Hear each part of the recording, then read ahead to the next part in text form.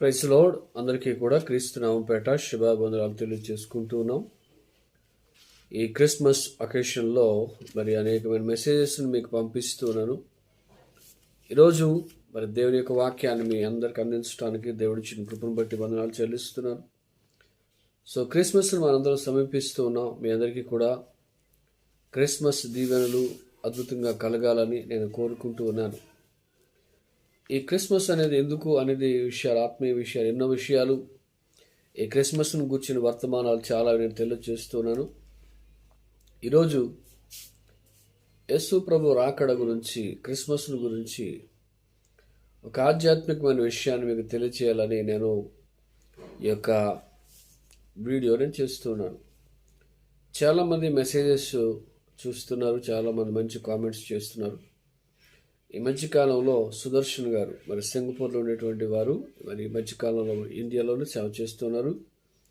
వారు కూడా నాకు ఒక బెస్ట్ కాంప్లిమెంట్ ఇచ్చారు. ఏంటంటే, అయ్యా మీ మెసేజెస్ నేను కొన్ని విన్నాను, చాలా అద్భుతంగా వివరిస్తున్నారని చెప్పడం. అలాగే చాలామంది బిడ్డలు మరి మెసేజెస్ చేస్తున్నారని చెప్తున్నారు. వారందరికీ ప్రత్యేకమైన వందనాలు. ఇది దేవుని కృప, దేవుడిచ్చిన జ్ఞానం. మరి ఆయనవి అనేకమైన మెసేజెస్ నేను విని, చాలా బుక్స్లో ఆయన మెసేజెస్ నేను రాసుకున్నాను. ఒకనొకప్పుడు సెన్సేషన్ ఆయన వీడియోస్, సుదర్శన్ గారి వీడియోస్. ఇప్పుడు కూడా సెన్సేషనే. చూడండి, ఆయన వాక్యాలు కూడా చూడండి. మరి మీరందరూ కూడా ఈ క్రిస్మస్ సీజన్లో దేవుని యొక్క వాక్యాన్ని విని ఆదరింపబడాలని నేను కోరుకుంటూ ఉన్నాను. వాక్యాన్ని చదువుకుందాం. ఈరోజు విశ్రాంతి కాలములు అనేటువంటి విషయాలు, 7 విషయాలు మీకు తెలియజేస్తాను. విశ్రాంతి కాలములు. యేసు ప్రభు క్రిస్మస్లో ఈ విశ్రాంతి కాలములు గూర్చినటువంటి ఒక మాటను ధ్యానం చేస్తూ వెళ్దాం. అపోస్తుల కార్యముల గ్రంథం 3వ అధ్యాయం 19వ వచనం చదువుకుందాం. అపోస్తుల కార్యముల గ్రంథం 3వ అధ్యాయం 19వ వచనం చదువుదాం.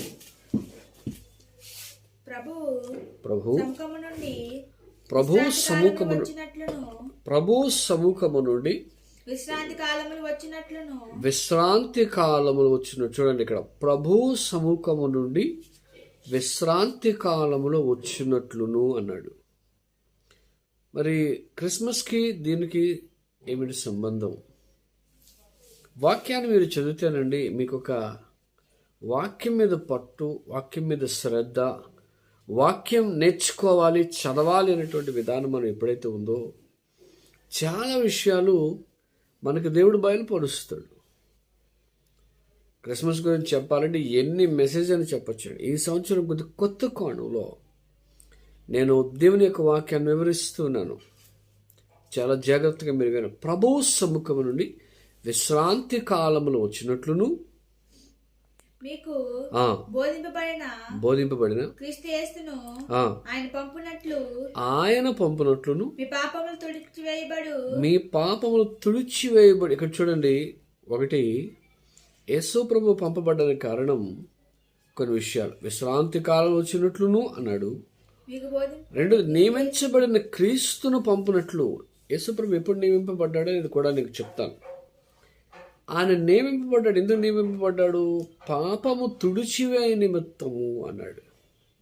యేసుప్రభు ఎందుకు పుట్టారు? పాపులను రక్షించుటకు క్రీస్తు యేసు లోకమునకు వచ్చెను అంటాడు. అపోస్తుల కార్యములో తన సేవకుడైన యేసుప్రభును పుట్టించి దుష్టత్వను మళ్లించుటకును అంటాడు, మిమ్మల్ని ఆశీర్వదించుటకును అంటాడు. దుష్టత్వం మళ్లించడం అంటే పాపం నుంచి విడిచిపెట్టబడాలి. దేవుని వైపు మీరు తిరగండి. పాపము తుడిచివే నిమిత్తం ఒక రక్షకుడి భూలోకానికి రాకపోతున్నాడు. అయితే యేసు ప్రభు రాకడికి కారణం ఏంటంటే పాపమును తుడిచివేయాలి. పాపమును తుడిచివేసి మనందరము కూడా ఈ విశ్రాంతి కాలములలో ఉండాలి అనేది దేవుని యొక్క సంకల్పం. ఇది క్రిస్మస్. చూడండి, విశ్రాంతి కాలములు ఎక్కడి నుంచి వస్తాయి? ప్రభు సముఖము నుండి వచ్చి విశ్రాంతి కాలములు అన్నాడు. ఈ భూమి మీద ప్రతి మనిషి కూడా విశ్రాంతిని పొందాలనుకుంటాడు. కానీ ఈ లోకం ఇచ్చే విశ్రాంతి వేరు. ఈరోజు ఈ విశ్రాంతి కాలములలో ఇది 2 విధాలుగా మీకు చెప్తాను. ఒకటి, ఈ విశ్రాంతి కాలము దేనికి సాదృశ్యంగా చెప్పబడుతుందంటే, ఒకటి 1000 ఏండ్ల పరిపాలన గురించి సాదృశ్యంగా చెప్పబడుతుంది. ప్రభు సముఖం నుండి వచ్చే కాలంలో ఒకటి 1000 ఏండ్ల పరిపాలన. ఇది ప్రభు సముఖం నుండి వచ్చేది, ఇంక వేరెవరి దగ్గర నుంచి రాదండి. ప్రభు సముఖం నుంచి వచ్చే కాలం విశ్రాంతి కాలంలో 1000 ఏండ్ల పరిపాలన. రెండవది, ఈ ప్రభు సముఖం నుండి వచ్చే ఇంకొక కాలం ఏంటంటే నిత్యత్వం. యేసు ప్రభు వారితో ఉండే నిత్యత్వము, ఇది ఈ విశ్రాంతి కాలం. ఇప్పుడు కొన్ని దేవుడు రాయించినటువంటి విధానం మీరు చూస్తే బైబిల్లో చాలా అద్భుతకరంగా ఉంటాయి. దేవుడు యేసుప్రభువును పంపించడానికి, నియమించడానికి జగత్తు పునాది వేయబడడానికి ఒక ప్రణాళిక ఉంది. ఆ ప్రణాళిక ఏంటంటే విశ్రాంతి కాలంలో మనలను నిలవబెట్టాలని, ఆ విశ్రాంతిలో ప్రవేశించాలి. కొన్ని దేవుడు అద్భుతంగానే ముందే చెప్పేశాడు. ఇక్కడ విశ్రాంతిలో ప్రవేశించాలని యేసుప్రభు వారు పంపబడ్డాడు. యేసుప్రభు నియమింపబడ్డాడు. ఆయన పాపను తుడిచివేసి విశ్రాంతిలో మిమ్మల్ని నిలబెట్టాలన్నది దేవుని యొక్క ఉద్దేశంగా మనకు కనిపిస్తుంది. మీకు ఒక మాట చెప్తాను. ఇది చాలామంది ముస్లిమ్స్ కానివ్వండి, మతోన్మాదులు కానివ్వండి, క్రీస్తు వ్యతిరేకులు కానివ్వండి, వీళ్ళొక విషయాన్ని చెప్తారు. లోకాసువార్త 19వ అధ్యాయం 27వ వచనాన్ని మీరు చదివితే ఇక్కడ ఒక పాయింట్ చూపించి నేను ముందుకు వెళ్తాను. లోకాసువార్త 19వ అధ్యాయం 27వ వచనం చదివితే అక్కడ ఒక మాట రాయబడింది. ఇక్కడ ఏమనుంటుందంటే సంహరించుడి అనేటువంటి మాట మనకు కనిపిస్తుంది. మరియు నేను తమ్మును నేలుటకు ఇష్టము లేని నా శత్రువులను ఇక్కడికి తీసుకొచ్చి సంహరించుడి అని ఉంటుంది. నా యొక్క సంహరించుడు. ఇప్పుడు యేసుప్రభు ఉన్నప్పుడు సంహరింపబడ్డారా? యేసుప్రభు ఉన్నప్పుడు చంపబడ్డారా? యేసుప్రభు శిష్యులు ఎవరైనా చంపారా? ఇది ఎందుకు చెప్పాడంటే, ఇదే లోకాసువార్త 19వ అధ్యాయం 14వ వచనం చదువు. అయితే అతని పట్టణస్థులు అతను ద్వేషించి ఇతడు మమ్మలను నేలుట మాకిష్టము లేదని అతని వెనుక రాయబారం పంపిరి అంటాడు. చూడండి, అతడు ఆ పట్టణస్థులు ఇతడు మాతో ఉండడం ఇష్టం లేదు, మమ్మల్ని నేలుటకు మాకు ఇష్టం లేదు. ఇప్పుడు ఇక్కడ కూడా ఇది ఎందుకు చెప్పబడింది? ఉపమానం చెప్పబడింది. మేనాల గురించి చెప్పబడింది. మేనాల గురించి చెప్పబడినటువంటి ఈ ఉపమానం ఎప్పుడు వస్తుంది? 2వ రాకడలో యేసుప్రభు వచ్చినప్పుడు తమ్మును ఏలుటకు ఇష్టం లేని వాళ్ళు సంహరించుడి అంటాడు. అంటే దేవుని అధికారమును, దేవుని పరిపాలనను ఎవరైతే శత్రువులుగా ఉంటారో, ఎవరైతే ఇష్టము లేని వారుగా ఉంటారో వారు ఏమవుతారు అని మనం ఆలోచన చేస్తే వాళ్ళందరూ కూడా ఎక్కడికి వెళతారంటే నరకానికి వెళతారు. ఇది దేవుడు ముందుగానే రాయించాడు. సంహరించడం అంటే అందరిని చంపేమన్నాడు అని చెప్పేసి రాంగ్ ఇంటర్ప్రిటేషన్ చేసి చెప్తూ ఉంటారు. ఇక్కడ విశ్రాంతి కాలములు కూడా ముందుగానే చెప్పబడ్డాయి. ఎందుకో తెలుసా? మనందరము నిత్యత్వంలో ఉండాలి. ఈ మేనాల ఉపమానం కూడా దేవుడు ఎందుకు రాయించాడు అనంటే మనందరము కూడా నిత్యత్వములో ఈ విశ్రాంతి కాలంలో ఉండాలని దేవుడు ముందుగానే నిర్ణయించాడు. సంహరించబడడం, చంపబడడం అంటే నిత్యత్వంలో లేకుండా నిన్ను నరకములో బంధించటం.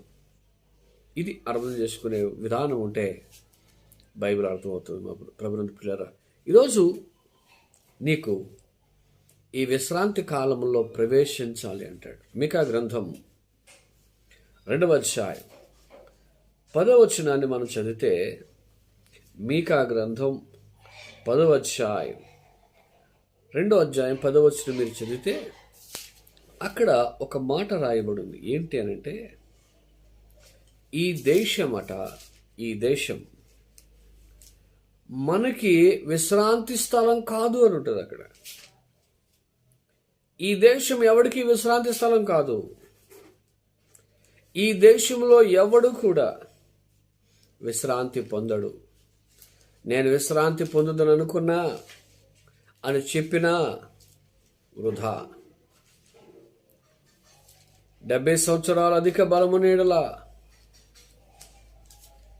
80 సంవత్సరాలు ఆయనను వాటి వైభవము దుఃఖము ఆయాసమే అన్నాడు. ఈరోజు దుఃఖం ఆయాసం ఎంతమందికి లేదు?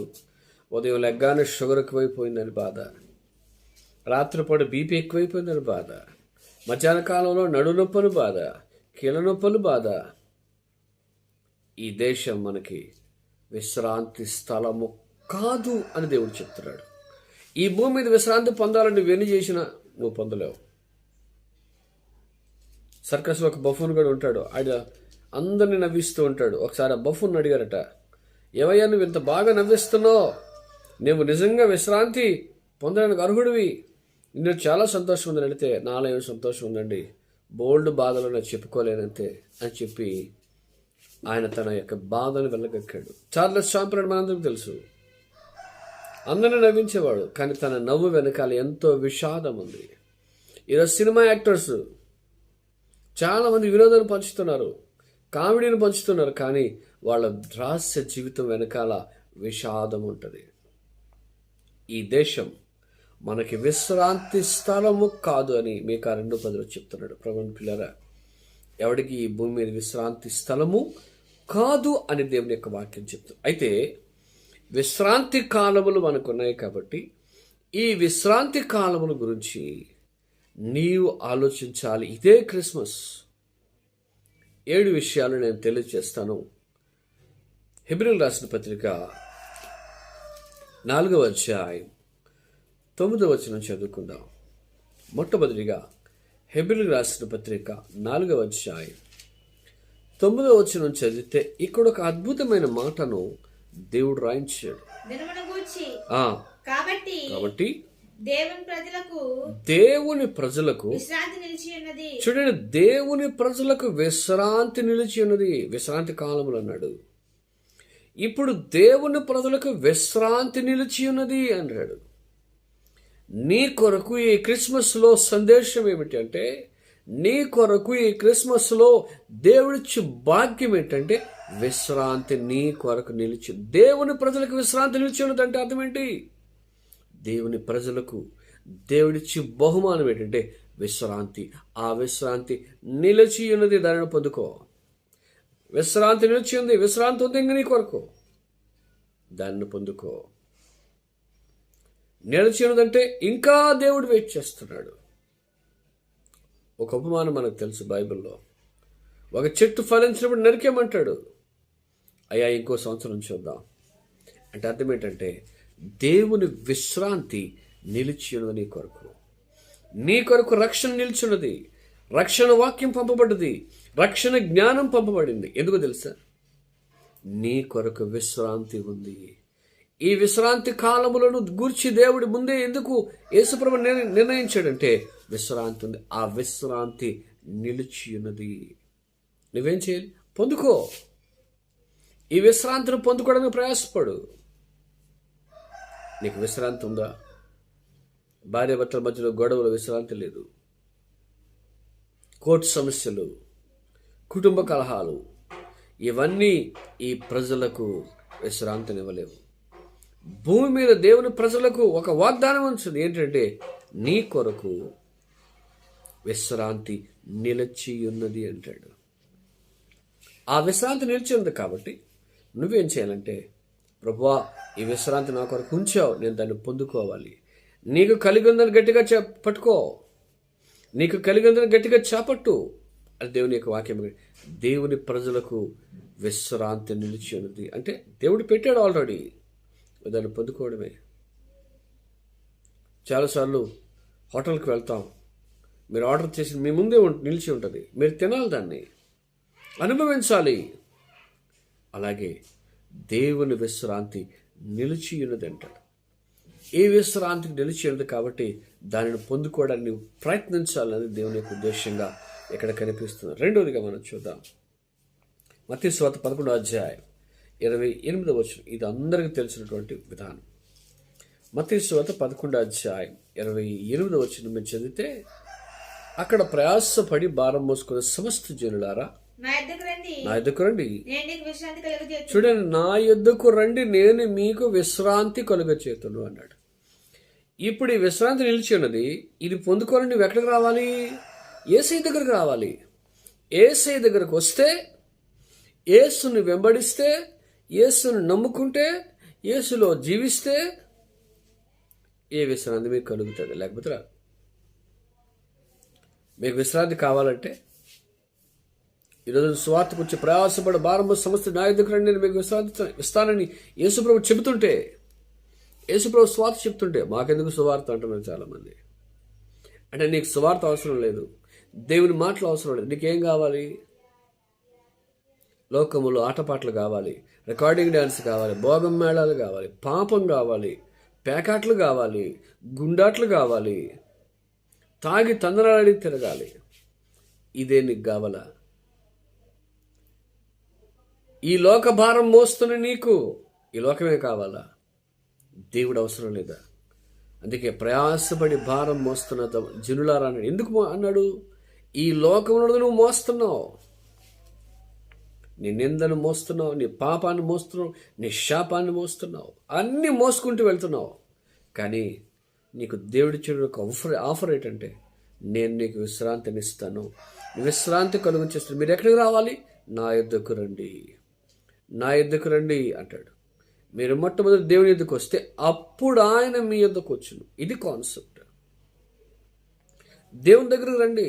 చాలామంది గుడికి అమ్మ ప్రార్థనకు రండి అంటే వస్తామని అంటారు. కొన్నిసార్లు ప్రార్థన, మా పాస్టర్ గారు మా ఇంటికి వస్తారేటి, పాస్టర్ గారు మమ్మల్ని దర్శిస్తారేటి. ఏమండి, దేవుని ఎదుగు రావడానికి పాస్టర్ గారు దర్శించడానికి ఏమైనా ఉందా?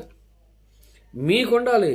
ఆదివారం గుడికి వెళ్ళాలి, శుక్రవారం ప్రార్థనకి వెళ్ళాలి, క్రిస్మస్ జరుగుతుంది ఆరాధనకి వెళ్ళాలి, మీటింగ్లు జరుగుతున్నాయి ఆరాధనకి వెళ్ళాలి, ప్రార్థన, అది నీకు ఉండాలి.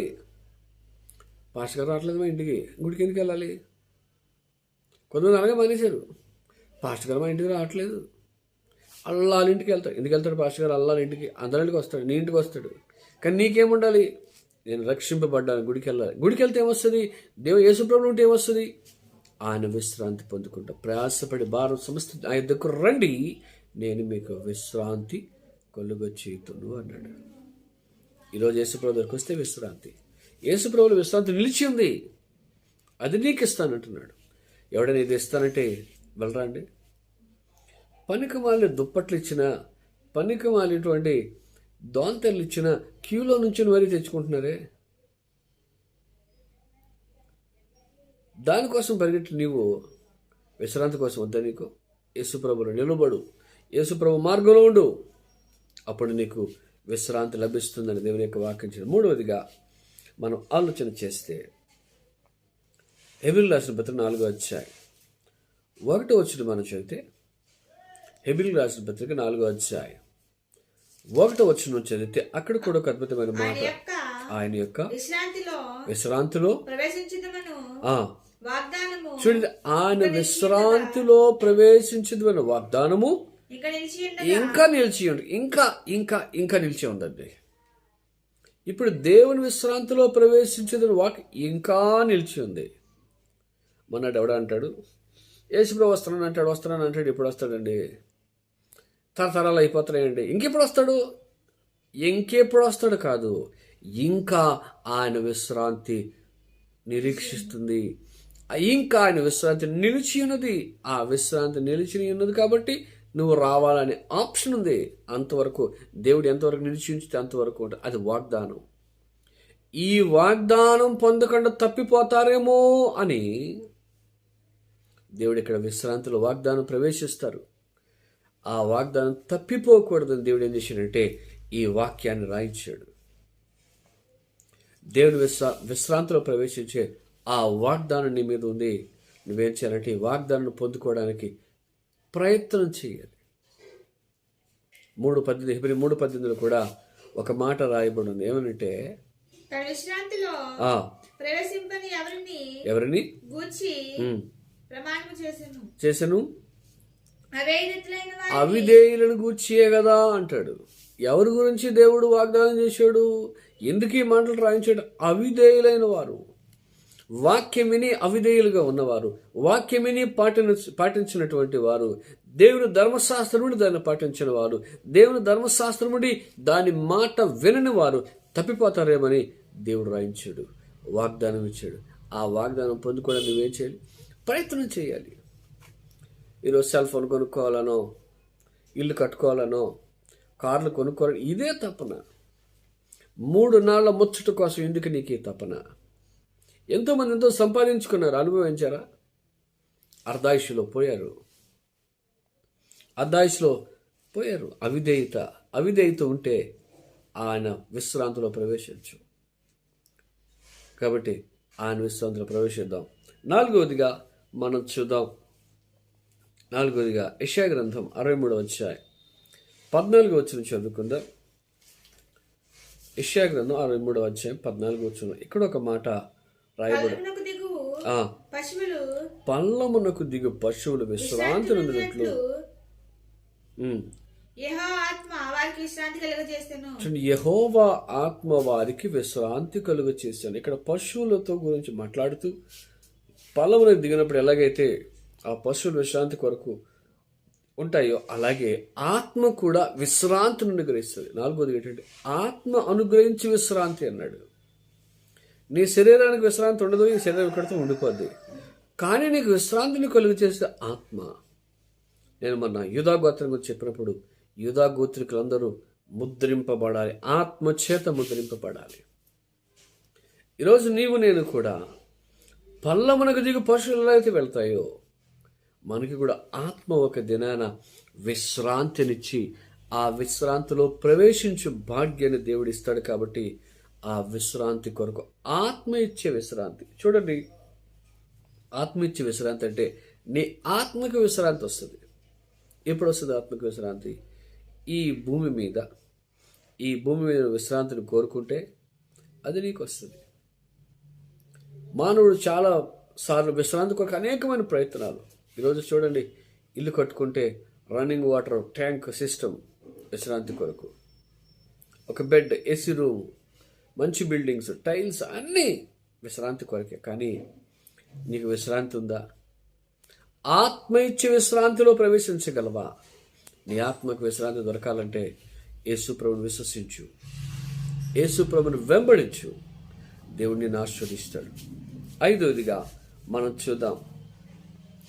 నేను చెప్పాను కదా, విశ్రాంతి కాలం అంటే 2000 ఏళ్ల పరిపాలన, 2 నిత్యత్వం గురించి కొన్ని విషయాలు నేను మీకు తెలియజేస్తాను. 5వదిగా ప్రకటన గ్రంథం 14వ అధ్యాయం 13వ వచనం కూడా చూద్దాం. ప్రకటన గ్రంథం 14వ అధ్యాయం 13వ వచనంలో ఒక మాట రాయబడింది. అంతటా ఇప్పటి నుండి ప్రభునందు ధన్యులు రాయమని పరలోకం నుండి ఒక స్వరము చెప్పగా వింటిని. నిజమే, వారు తమ ప్రయాసములు మాని, చూడండి, వారు తమ ప్రయాసములు మాని విశ్రాంతి పొందురు. 1000 ఏళ్ల పరిపాలన విశ్రాంతి ఉంది. వారు తమ ప్రయాసలు మాని విశ్రాంతిని పొందుచున్నారు. ఇందుకే పాట రాశాడు, భూమి మీద ప్రయాసే. ప్రతి ఉదయం ప్రయాసపడాలి, ప్రతి ఉదయం కష్టపడాలి. ప్రయాస ఎంత ప్రయాసపడినా చాలని జీవితం, ఎంత ప్రయాసపడినా దేవుని దీవెన లేని ఈ లోకంలో మనం ఉన్నాం. కాబట్టి ఈరోజు మన ప్రయాసముల మాని విశ్రాంతి పొందేటువంటి ఒక కాలానికి నువ్వు చేర్చబడాలంటే ఈ భూమి మీద నువ్వు ఎలా ఉండాలి తెలుసా? దేవుని కొరకు బ్రతకాలి అనే దేవునికి ఉద్దేశం. ఈరోజు ఈ వాక్య సందేశం ద్వారా విశ్రాంతి కాలంలో నీ ప్రయాసములు మాని విశ్రాంతిలో ప్రవేశించే యోగ్యత నీకుందా అనేది ఒకసారి నీవు పరిశీలించుకోవాలని ప్రభు పేట నేను తెలియజేస్తున్నాను. 6వదిగా మనం చూద్దాం. జెఫన్యా గ్రంథం 3వ అధ్యాయం 13వ వచనం కూడా చేస్తే, జెఫన్యా గ్రంథం 3వ అధ్యాయం 13వ వచనంలో ఏముంటుందంటే, ఇక్కడ ఎవరి భయము లేకుండా మిగిలిన వారు చేయరు, అబద్ధమాడరు, అబద్ధమాడరు, వారి నోట నుండదు, ఉండదు. వారు ఎవరికి భయము లేకుండా వారు ఎవరికి భయము లేకుండా విశ్రాంతి గలవారై అన్నపానములు పుచ్చుకొందురు. అన్నపానములు పుచ్చు అంటే ఎవరు భయము లేకుండా విశ్రాంతి కలిగి ఉండే జీవితం ఎప్పుడు వస్తుంది? అబద్ధం ఆడకుండా, లోకంలో జీవించకుండా దేవుళ్ళని బ్రతికినప్పుడు దేవుడిచ్చే వాగ్దానం ఏంటంటే, ఇక్కడ వారి ప్రయాసము అనేది లేకుండా, ఎవరి భయము లేకుండా. ఈరోజున భయం ప్రతివాడికి. అప్పులోడు భయం, అప్పులోడు వచ్చేస్తారేమో భయం. దాక్కున్న వాళ్ళు చాలామంది నేను లేదని చెప్పి అంటారు. చాలామంది పిల్లలకి ఉండి లేదని చెప్తారు. ఎందుకు? అప్పుల భయం. కానీ అక్కడ ఆ భయం లేదు.